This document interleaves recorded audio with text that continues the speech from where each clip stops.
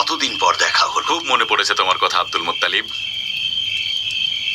বলো, ইথিওপিয়ানরা কি করছে তোমার ভূমিতে? ওরা রাজা হয়ে গেছে আর আমরা প্রজা। ইয়েমেনের ভাগ্য এখন ওদেরই হাতে, সৈন্য ওদের নিয়ন্ত্রণে।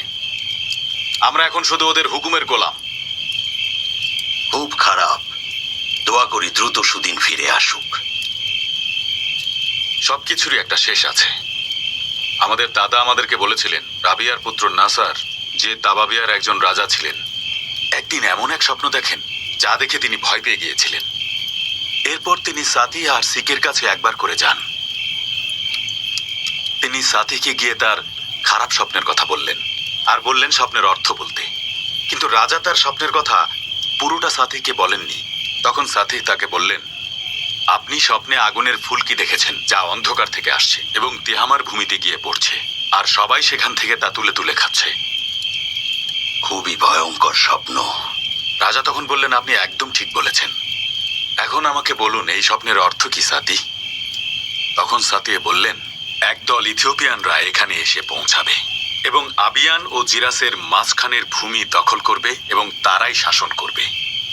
আর তারপর রাজা তাকে বললেন, আমাকে এবার বলুন এটা কখন হতে চলেছে? আমার শাসনকালে কি এটা হবে নাকি মৃত্যুর পরে? তারপর সাতিহ বললেন, আপনার শাসনকালের 60 থেকে 70 বছর পর এটা হবে। রাজা বললেন, তারা কি সবসময় থাকবে নাকি তাদেরও পতন হবে? তখন সাতিহ বললেন, 70 বছর পর তাদের পতন হবে। তাদেরকে মেরে ওই ভূমি থেকে সরিয়ে দেয়া হবে। রাজা জিজ্ঞেস করলেন, তাদের পতনের পর কারা আসবে? উত্তর, থিয়াজানের পুত্র ইরাম। তিনি আদান থেকে আক্রমণ করবেন, শত্রুপক্ষের একজনকেও ইয়েমেনের ভূমিতে রাখবেন না। রাজা বললেন, তাহলে ইরামের শাসনই কি সেখানে বজায় থাকবে? সাতিহ বলেন, না, থাকবে না। রাজা বললেন, সর্বশেষ কে আসবেন? সাতিহ বললেন, একজন মহান নবী, যিনি হবেন সকল নবীর শ্রেষ্ঠ। রাজা বললেন, কোন গোত্র থেকে আসবেন তিনি? উত্তর, এমন একজন যিনি গালিবের, ফাহারের, মালিকের, নাধিরের, কিনানের পুত্র, যিনি জীবনের শেষ পর্যন্ত তার মানুষদের রাজা হয়ে থাকবেন। কি চমৎকার বর্ণনা! এমন নবী যিনি গালিব আর ফাহারের পুত্র। তোমাদের মধ্যেই কেউ আব্দুল মুত্তালিব। এরপর রাজা শেখের কাছে গেলেন। তিনিও তাকে একই কথা বললেন।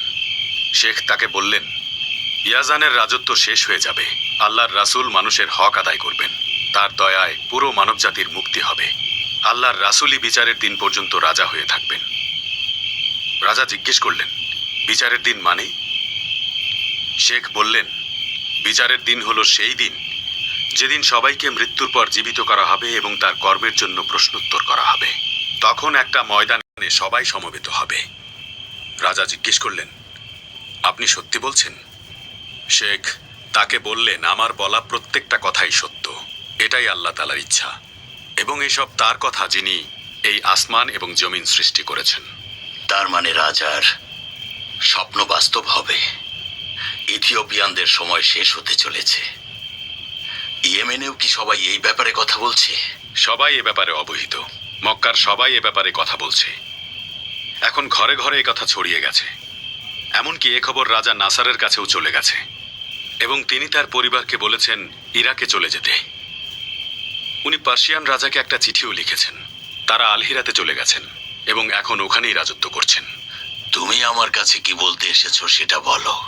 ঠিক আছে মক্কা প্রধান, অনেকদিন পর আমি আবার এই পথে বাণিজ্যের উদ্দেশ্যে বের হয়েছি। আমার খবরটা হয়তো তোমাকে খুশি করতে পারিনি, বলতেই চাচ্ছিলাম না, তবুও ভাবছিলাম একবার তোমাকে বলি। চিন্তা না করে বলে ফেলো। আমি আব্দুল মুত্তালিব, যাকে মানুষ অনেক বিশ্বাস করে, এবং আমি আমার মানুষদের বিশ্বাস কখনো ভাঙব না।